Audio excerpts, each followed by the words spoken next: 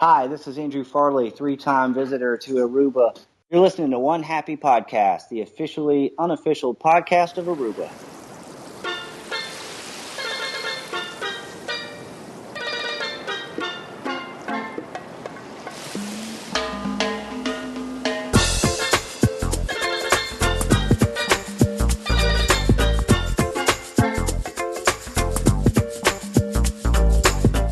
Bon dia and welcome to One Happy Podcast, the officially unofficial podcast of the island of Aruba. As always, I'm your host, Curtis Robinson, aka Aruba Kurt, and today we're about to go on a journey with a three-time visitor to Aruba who has traveled all over the world. Now living in South Carolina, today's guest has always been someone who truly enjoys visiting destinations all around the globe.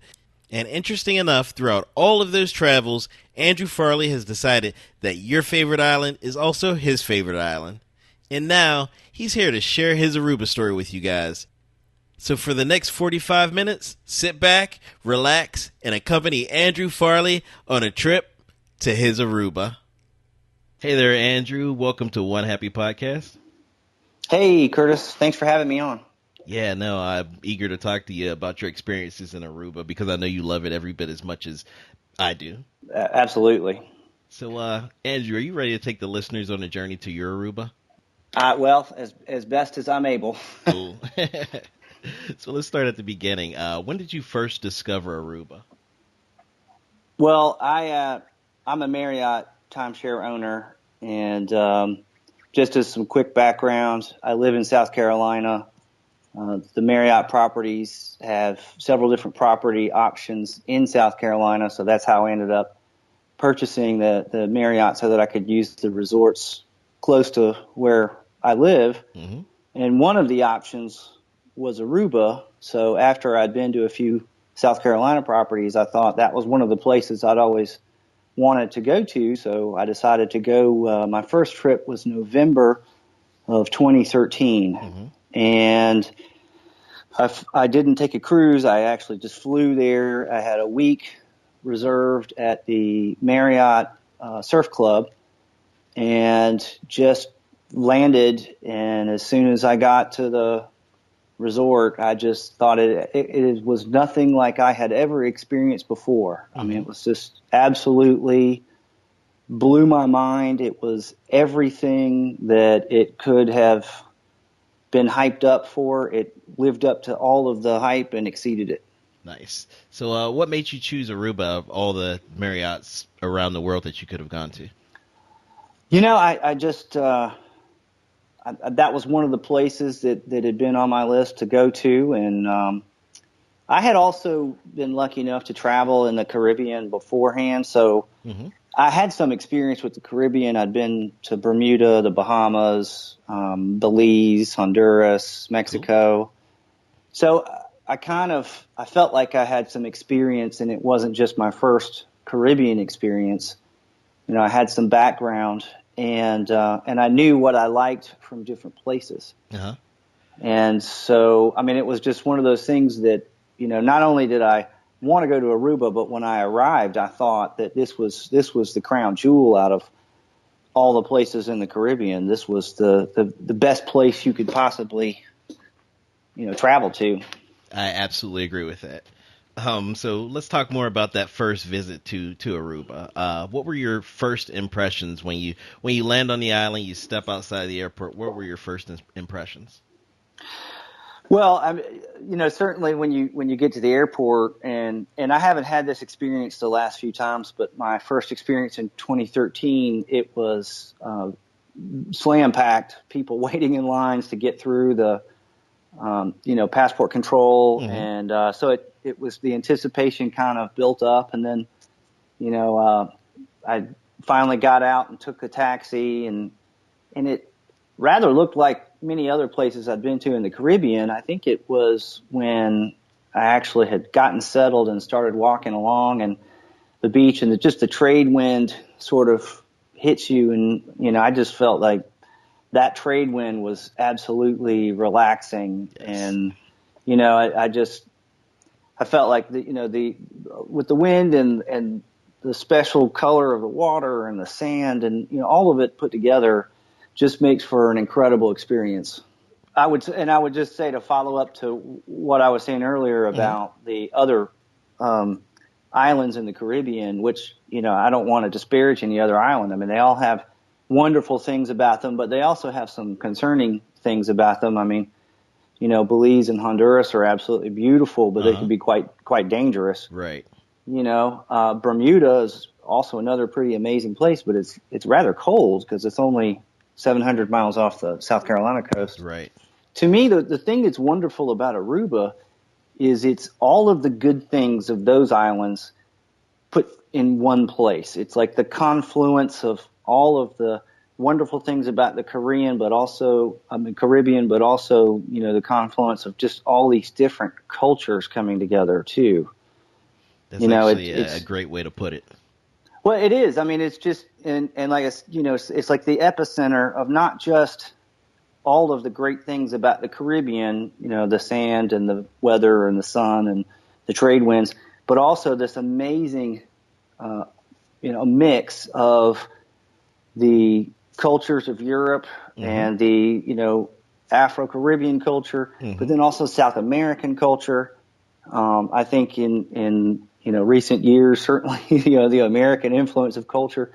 It's just this really interesting melting pot of, different people and different languages and different cultures and different traditions that all come together to make to this really interesting and amazing place. Yes, that's absolutely what Aruba is about, just the melding of all these different cultures into something wonderful. Even their own language, Papiamento, is several different languages combined into one. It's just all amazing to me. I know. That's one of the things that I always look forward to when I arrive is, putting my stuff down and being able to go to the store. I usually go to Superfoods or Ling and Sons. Right. And, there's so many things that you can get, like South American wine, but Belgian and Dutch chocolate. They have the French breads and the French meats. And, I love the fact that they have this European style grocery store on a Caribbean island. Right. So you can, you're not just in the Caribbean. I mean, you can get these great French baguettes and, Belgian chocolates. And see, to me, that's part of the charm as well. I agree. Like here in the United States, I detest going to the grocery store. I really do. But I mean, it's a necessary evil. But Absolutely. On vacation, it's like an adventure. So I just love spending time in those grocery stores. Yeah, and of course, my last trip, and I'm sure you know this, but if there's any people who are wanting to go to Aruba, they've banned the plastic bags now, so you have to bring your own bag to the grocery store, or you can get those cardboard boxes to load your stuff on. Right. Yeah. So if you are the first time and you're going to the airport and that nice lady hands a bag to you, take it. Because you're going to need it for the store. That's good advice. Yeah, I'm so glad they got rid of the plastic bags. I mean, you still do see them blowing around occasionally, but it used to be really bad, and it seems to have died down quite a bit. Well, and I mean, if you think about how badly it impacts the, sea life, and of course, if you're a seafood lover like I am, I mean, obviously, you have to worry. That sea life is probably eating the plastic bags, which means. I think it's just good sense to take care of the ocean and the environment around such a place that I want to continue for years and years, continue to enjoy for years and years. Exactly. So your first visit to Aruba, if you had to distill that trip down to one single moment that made you say, hey, this is my place, what would that be? This is probably very cheesy, and it's probably, the most common answer, but I think it was the first evening that I was there and I was watching the sunset and feeling the trade wind and just thought that this is the most Zen experience right here. It's just absolutely amazing when you put all these things together and you get to experience it. And I wish I had something that was probably more unique or interesting. But no, I think that in its simplicity is exactly the moment that I thought, I got to come back here. Right. No, that's perfect. It's not cheesy at all. It's honest and it's from the heart, you know. Absolutely. So the Marriott property, I've never stayed there. Like we discussed earlier, I've never stayed at a resort on the island. What's the Marriott like? I enjoy the Marriott. I mean, I've run into different people who've definitely had different experiences about the Airbnbs or the different. I know that you can rent some houses. Then there's the low rise and of course the high rise section. And the Marriott Surf Club. I mean, well, there's actually 4 properties in line, one after another. There's the Surf Club, the Ocean Club, the Stellaris Casino, and then the Ritz Carlton. Right. And I think it's a good experience. It may not be for everyone. I mean, I think that's the thing about Aruba or anywhere really. You have to figure out what makes you tick and how you enjoy your vacation. I certainly enjoy staying at the Ocean Club is my favorite resort to go to. Okay. It's for me, it's a lot quieter. It's a lot calmer. It doesn't have sort of the family, crazy, all these kids running around part of the surf club. I never understood why people want to get in the lazy river and the surf club when you have an amazing Aruban beach out there. Right. But to each his own. I mean, and, right. some people do enjoy that sort of thing. I mean, the Marriott offers some restaurants, as far as the Ocean Club is concerned, with I think La Vista and the Attardi is the beachfront restaurant right there in front of that, and that's nice. I also, though, I'm one of those people that as soon as I get there, I try to rent a car so that I have the ability to get around the island and go to different places. I mean, I certainly enjoy the high rise section, and there are certain things that are really nice about it. But I'm definitely not one of those people who limits myself to the high rise section. I'm definitely someone who's got to get out and see other parts of the island and just get around and have different experiences. Right. Now, you mentioned how different things cater to different properties, cater to different people, and I love that about Aruba, how it can be almost anything for anyone. Absolutely. I mean, and that was another thing that I was so impressed with this small island is that, whereas some places you're very limited in the Caribbean where you go, there's limited activities you can do or limited restaurants. That you may not just have a lot of options. I mean, you might have a beautiful beach, but when you're in Aruba, I think there's over 200 restaurant options. I mean, if you want to skydive or wind sail, I mean, just, or four-wheel, go four-wheeling in Aracock. I mean, there's just so many things to do. It's like you could spend years there and not run out of things to do. Right. And which is certainly something I'm trying to do. Yeah, how about it? But that's one of the reasons why we can just keep coming back year after year after year. People always wonder, why are you going back to Aruba? Because there's still so much that I haven't done. Well, and one of the things that I've really enjoyed, I go every November for Thanksgiving. And this November 2018 will be my 4th trip to Aruba. And one of the most interesting things that I found is the more I venture out, the more I discover something that I have to put on my list for the following visit. Right. Because I go somewhere and I run into some people who are locals and they say, have you tried such and such? And you're like, oh my gosh, I don't have time for that. And you put it on the next year's, or the next time or whenever your next, trip is going to be, you've got to, every time I cross something off the list, my list grows. Yeah. So, which I think is just a really amazing thing. Especially because the island is so small. Exactly. But I tell you, one of my first experiences on my first trip, my brother joined me on that first trip, and we heard some people telling us about Z Rovers. Okay. And I don't know if you've been to Z-Rovers. Yes, I have. Yeah, okay, and it's that it's not it's hardly a restaurant. I mean, it's like what is it? 3 walls and kind of a Right. roof. And but yeah, we rented a car and drove all the way down. It's Savanetta, isn't it? Yes. Yeah, and that's an interesting excursion. Well, I shouldn't say excursion because that makes it seem like you're paying a group to take you out. But it's an interesting adventure out to there which we actually got some fresh fish that they'd pulled right out of the ocean that morning for lunch, and we're able to buy some extra fresh fish to take back and grill later. Nice. That's cool. Yeah, just an amazing place, Yeah.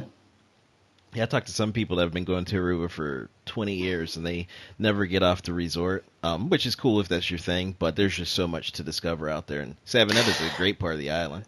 I have run into folks like that, and have just, and I don't want to, take away from their vacation experience. Right. And then, I suppose if you want to go to Aruba and just float in the lazy pool at the surf club for a week, that's cool too. And if that's your bag, then great. I mean, I've had so many great adventures just getting out and going around and trying new things. Actually, I will say my trip in November 2014. I'm probably getting ahead of us, and I apologize if I am. Fine. I'm digging this conversation. Well, I'm probably a terrible interviewee because I just run along. No, it's cool. I love it. One of the apps that I always used to help me navigate and see what kind of experiences that I was going to really enjoy has been TripAdvisor. And then later on, a lot more of the Facebook forums. Right. But I found a really interesting restaurant that got great reviews way at the other end of the island towards Baby Beach. Okay. And it ended up, I contacted the restaurant to try to book a dinner, and it ended up with the restaurant had been closed. Oh. And the woman invited me to her house. Wow, that's cool. And my girlfriend and I, this was November 2014. We rented a car and we drove from the high-rise section down to I think it was San Nicolas. Okay. And she actually hosted us at her house with her husband, who was Dutch, and and she is now, wonderful time, just amazing hospitality, amazing food, just very, very neat. I mean, to be able to experience a meal in an actual, a home cooked meal in a person's house was really fantastic. Yeah. And this last time I just returned, November of 2017, she's now opened her own restaurant called Kamini's Kitchen. Okay, nice. Yeah. And which is just a fantastic, if you haven't been there yet, it's just a fantastic place. It has amazing reviews. Oh, yeah. I don't know if you've been there. I've never been there, but I've seen the reviews on TripAdvisor, and yeah, it's definitely on the list. Well, Kamini, she's the one who actually, before she was able to get the funding for her restaurant, she actually hosted me at her house. And I got to meet her daughters and everything, and her husband. Cool. Really nice, great people, and very hospitable. And it's just another example of just, I think, how wonderful the people of the island are. Right. That is the quintessential Aruban hospitality you experienced right there. Yeah, absolutely. And again, I'm not a big fan of curry because her dishes are somewhat Indonesian influenced. I think because there's some Indonesian cultural aspect on the island. Right. I'm telling you, the shrimp curry there is amazing. Yeah. Nice. Well, and it's but it's also just the adventure of getting down to San Nicolas, and you're down there by the, Colorado Point and Baby Beach, and to be on that area of the island, which is very different than being in the high-rise section. Right. I think is also a really great thing to be, in an environment that's so different than that sort of corporate environment. Not saying that there's anything wrong with either of them. I just feel like it's different. For me, I like to be in both of those experiences. Yeah. No, my advice for people is just, figure out what it is that you like and pursue that. Whether that's eating at Tony Roma's up at the up in Palm Beach, or if that's going on an adventure to someone's house. Whatever it is that's your thing, just pursue that. I have to admit, I haven't gotten to the Tony Romas yet. Not me neither, and I probably won't. It's not for me. Probably not going to do that. Probably not. But hey, if that is your thing, then go for it. Although I could certainly talk about restaurants that I've been to if that's a. Well, I was just about to ask you. So on the foodie scale, if level 1 is you consider McDonald's fine dining, and level 10 is you have a bucket list of celebrity chefs you want to experience, where do you fall on that scale? I think that's kind of hard to say, and that I like different experiences of restaurants and eating out. So, not that I don't usually go to McDonald's, but I like the casual dining, but I also like the fine dining. Mm-hmm. So I don't know. Does that put me between a 4 and an 8? Well, I was going to say, we'll give you about a 7.5. How's that? Okay. I mean, okay, cool. And I would just say that, I really like to be on the beach or going out and doing some excursion or going out and getting in a car and doing some adventure down on the other part of the island. Mm-hmm. But I always like to come back and sort of put on a nice shirt and nice shorts and go somewhere to eat. I've always felt like the place like Papiamento, for example, is just a really great experience. It kind of reminds me of sort of old world dining. Cool. I've never been to Papiamento. Well, I mean, I was a kid in the 1970s, and it kind of felt like going and eating dinner in those fancy places my parents used to take me way mm-hmm. back in the day, where it was just kind of an old world service, and the meal, it does not come out quickly. I mean, they take time to prepare it, and so it's not a McDonald's style where you go and you get your food very quickly and eat it. The entire thing is an experience. Exactly. It's much more European than American, and it's an evening out.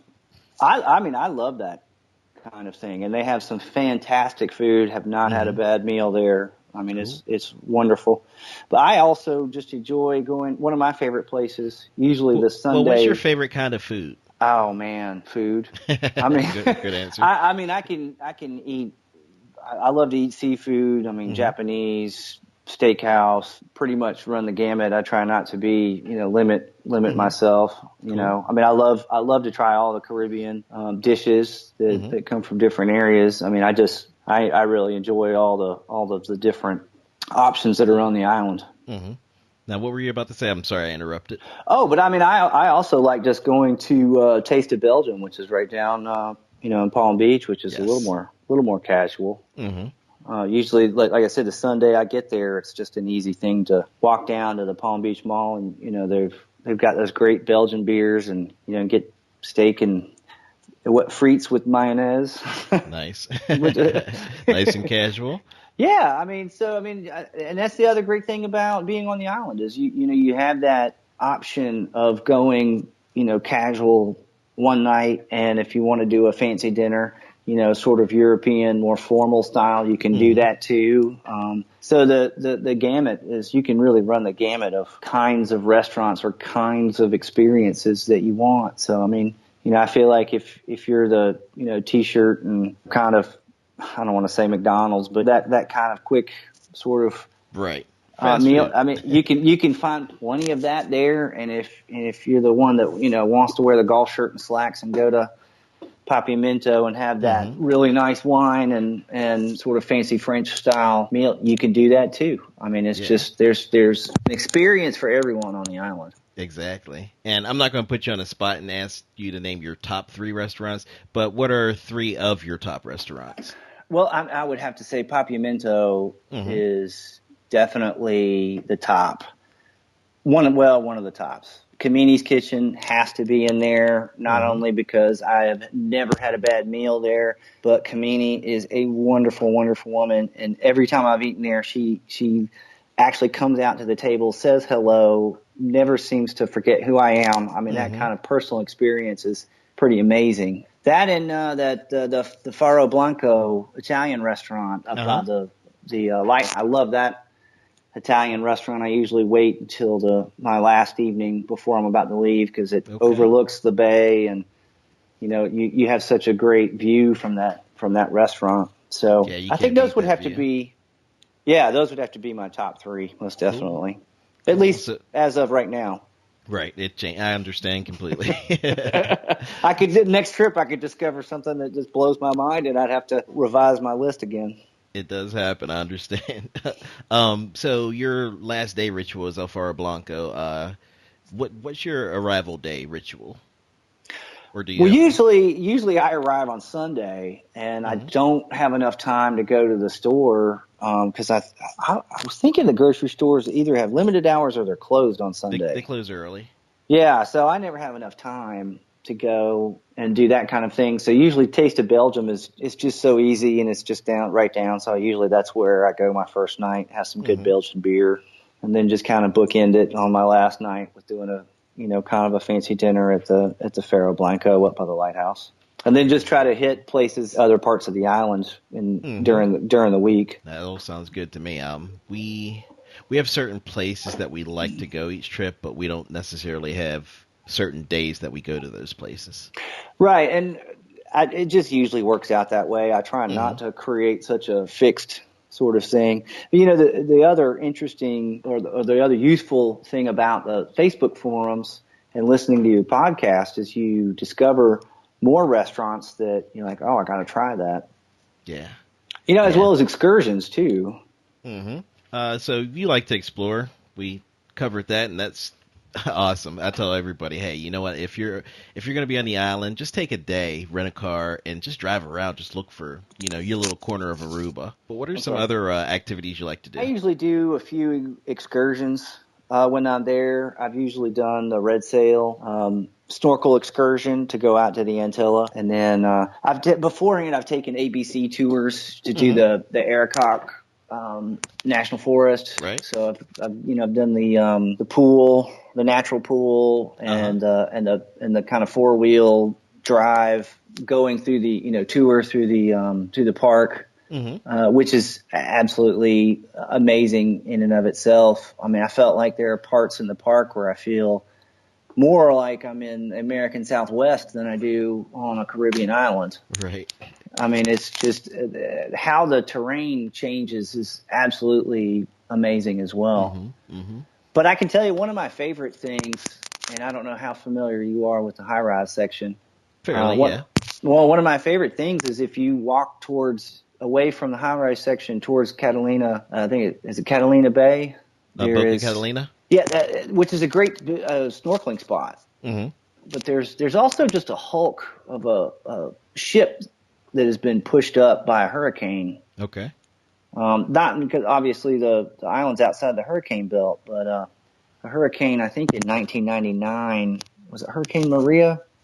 It came close and it pushed this ship, a hulk of the ship, I guess is, I mean, it's not, and it was sunk because it was, from what I understood, it was a South American ship, and it was fishing illegally, and the Aruban authorities kept it and sold it to some companies who stripped it and then sank it, I guess, in about 60 feet of water. Right. Okay. And this ship got pushed up, and now it might be 200 yards off the beach. And I never see anyone out there. And every year I always bring my snorkel gear, and I just walk up and walk straight out to the ship, and there's great snorkeling right out there, absolutely for free. That's cool. That's a tip that I've never heard of.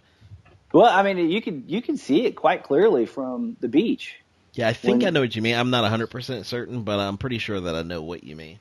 If you parked in front of Catalina, where there's also great snorkeling, if you look down the beach going towards the high-rise section, you could see it. You could just see it in the water. So, I mean, that's another great, just kind of adventure to be had, and it doesn't cost a thing. Yeah, well, I don't swim well enough to go on that adventure, but I'm sure plenty of people listening will be able to. Well, the great thing about it is if you feel like you're in trouble, you can just stand up.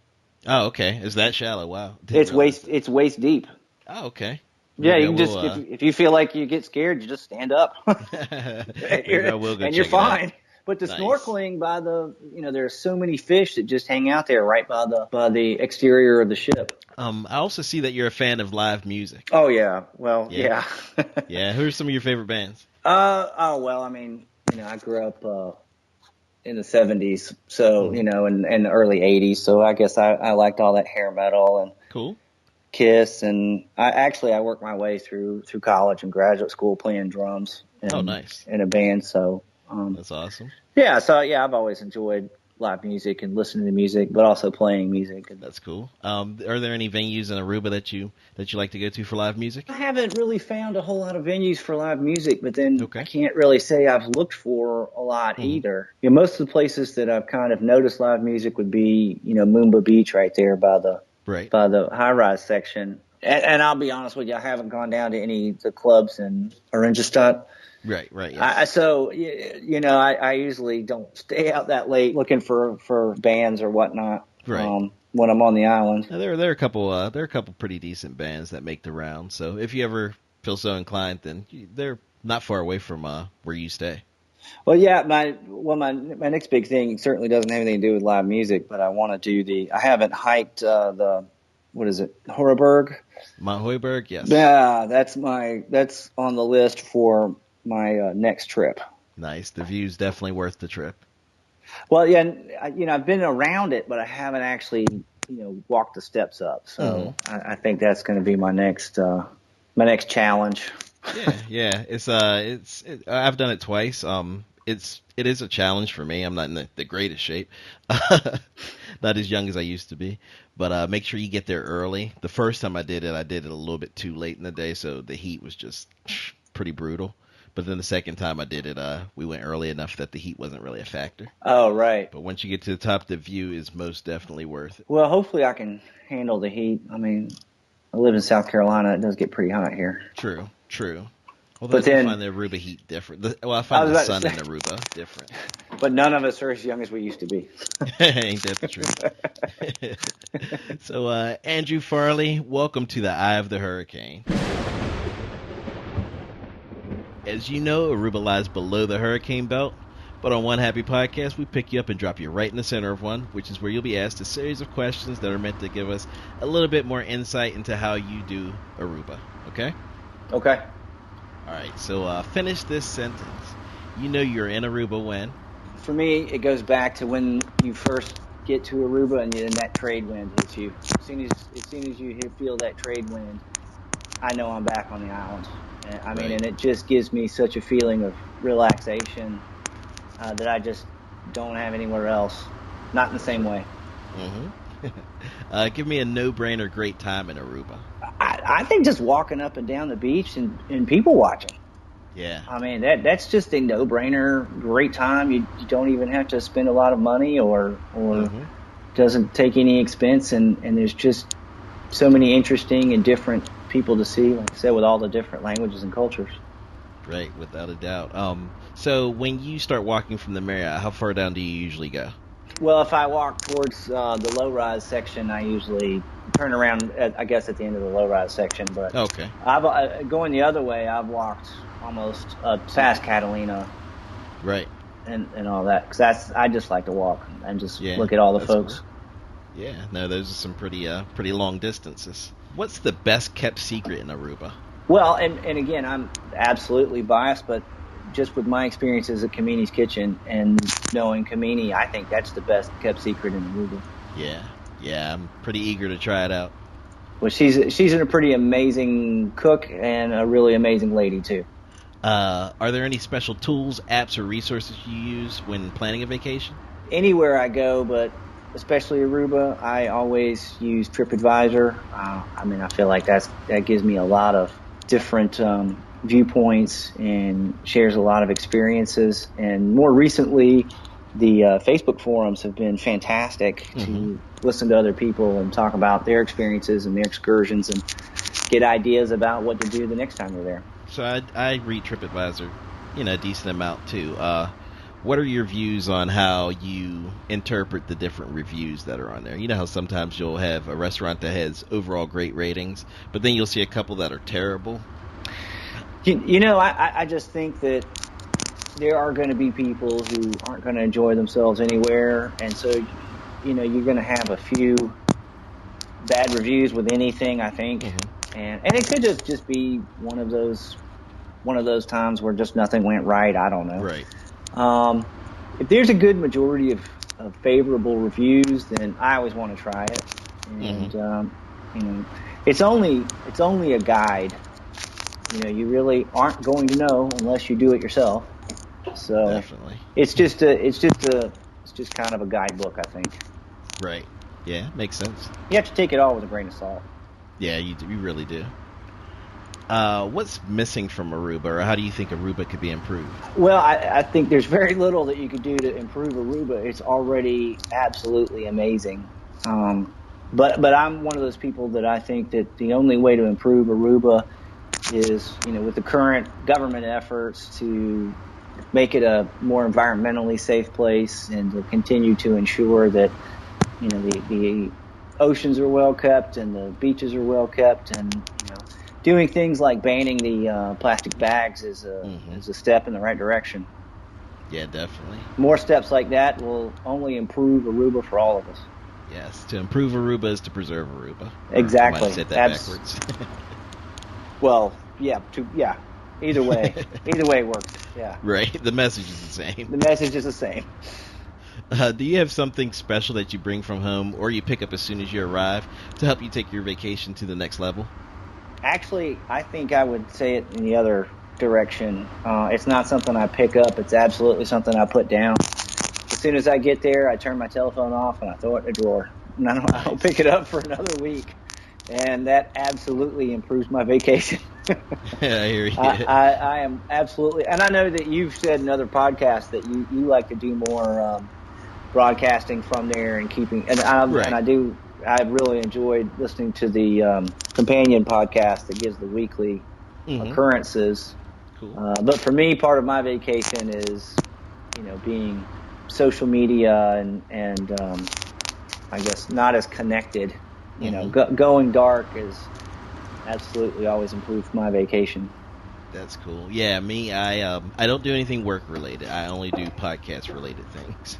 Well, right. I mean, to me, and again, I mean, I don't want to, down anyone else's vacation experience, but I always thought this is such an amazing place. Why would I want to be looking at my phone while I'm here? Right. I'd rather be looking around and taking it all in. Yeah. Yeah, sometimes we forget how to do that. It seems like the more technology improves, the less adept we are at doing that.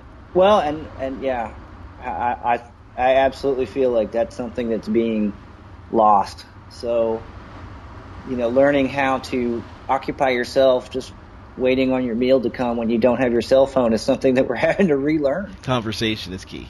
But I think in Aruba, being just in the place and just stopping for a minute to just take in the wind and the water and the sand and just be in the moment, that's something that you really absolutely need to put your phone down and just be able to just do that and just really enjoy and revel in the experience. Yeah, no, that's awesome advice. Either that or I'm just really cheesy. I don't know, but that's just what I like to do. Nothing wrong with it. Okay. Give me your top 3 Aruba bucket list items that you absolutely have to try. Well, I already said one, and that's the Mount Hueyberg, hike. I've been to the Arikok National Park, but I haven't hiked it yet, so that's another hike that I want to do. I think my third is just my standard snorkeling. I just love snorkeling, and although I've snorkeled many places in Aruba already, it still seems like I continually find new places to try and to go to. So I think those would be the top 3 things, even though one is already something I do all the time, but I never get tired of it. Right. What's your Aruba vacation superpower, or basically what do you do better in Aruba than anyone else? I feel like that is the hardest question of the eye of the hurricane. But if I were to say, I think it's just relax. Let all your cares dissipate, unwind, and not think about all of the crazy pressures that you have back in the United States. And Also, just be able to shut off the social media and the cell phone and not look at your email. Mm-hmm. I can do all that when I'm there. It's the place where I feel the most contented. Yes. Now, that is absolutely a superpower. Well, then, okay, contentment would be my superpower. If given a chance, would you move to Aruba? I think absolutely. Absolutely. Yeah. I mean, I can't imagine anything that I would, well, other than the ability to earn money. I got to figure out how I could earn money. Right. But I think I could be perfectly contented there. Absolutely. I can't think of anything I'd really miss in the United States that wouldn't be available in Aruba. Is that one of the beauties of the island? Well, absolutely. I mean, I think it's an absolutely amazing place. I mean, being an attorney, I think I would maybe miss being in a courtroom. Mm-hmm. But I absolutely did look up just after my first visit, I did look up taking the bar in Aruba, and the only trick is you have to speak Dutch fluently. Right. So that takes I can't speak Dutch. Nah. So I think I'm going to only be able to visit, not actually move there. This is the final question of the Eye of the Hurricane. The people of Aruba have decided to lock you out of paradise. That's right, they're no longer allowing visitors to the island. However, since you've been such a fantastic guest so many times, they've decided to allow you to visit for one more day, all expenses paid. Andrew, how do you spend your last day on the island of Aruba? I think I would have to walk the beach for as far as I could walk, just taking it all in, just enjoying the sand and the surf and the wind. Absolutely I'd love to go climb Mount Hooiberg. I know that's not the highest point, but I think just taking in that absolutely wonderful view, having a wonderful dinner. Again, I'd probably still go back to Faro Blanco just because I love the view so much. Yeah, I just think just taking in every moment. But then again, I mean, I never think of my trip to Aruba as my last trip, but it's I try to experience every moment as just appreciating every single moment. And even if it were my last trip, I think I'd do it exactly the same way. That's awesome. Well, Andrew Farley, you survived the eye of the hurricane. How was it? Well, it was a worse hurricane than I've ever experienced on the island. No, it was fine. Cool. This is the last question of the interview, okay? Right now, there's probably someone listening that's on the fence about whether or not they should visit Aruba.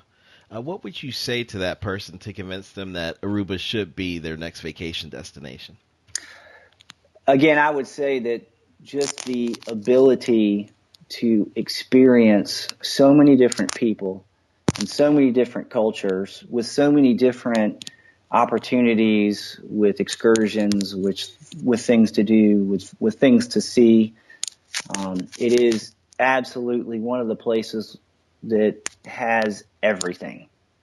And you not only get an amazing Caribbean beach experience, but you get so much more. And to me, running into different people from different places and being able to see yourself in their shoes and listen to their experiences just makes you a better and more enriched person. And I think that's one of the things that the island is fantastic at offering. Did you rehearse that? No, that was perfect. that was just off the top of my head. Nice. I'm absolutely convinced to visit Aruba. Okay. I want to thank you so much for taking part in this interview. This was an awesome time. I have honestly had a smile on my face from ear to ear since we started talking. Well, thank you very much, Curtis, for just allowing me an outlet to, let go of all of my enthusiasm for Aruba. No problem. I love it. I love helping people spread their story of Aruba. Well, thank you very much. With that, I guess I'll let you get out of here, okay? Okay. All right, take care. If you ask me, that was a fantastic episode, one that really transported me to Aruba. And I want to thank Andrew for taking me along for the ride. And of course, I want to thank you all for coming along as well. Now, Andrew and I talked about a lot today, but if you missed something, don't worry about it because, as always, I took the notes so that you don't have to. And they can be found at onehappypodcast.com/EP107. OneHappyPodcast.com is the flagship for all things podcast related, so please do head on over there to check things out. Also, if you haven't listened to one yet, there's a podcast that releases every Monday, well, sometimes on Tuesday, called This Week in Aruba, which goes over some of the major events happening around the island. It really is a fantastic resource to help you plan your visits to the island. Now, this is something that I've been more actively asking for recently, and that's for you to head on over to iTunes to leave a rating or review on the podcast. Ratings and reviews help in the iTunes rankings, so anything you can do to give the show a boost is greatly appreciated. To do that, go to onehappypodcast.com/iTunes. Also, if you want to give feedback or perhaps be a guest on the show, you can email me at kurt@onehappypodcast.com, that's Kurt with a C, or call the One Happy Podcast hotline number at area code 302-635-0815 to voice your opinion. But once again, I want to say thank you to Andrew Farley for being such a great guest, and also to you guys for being a great audience. Now, Andrew, you want to close out the show? Hit the music.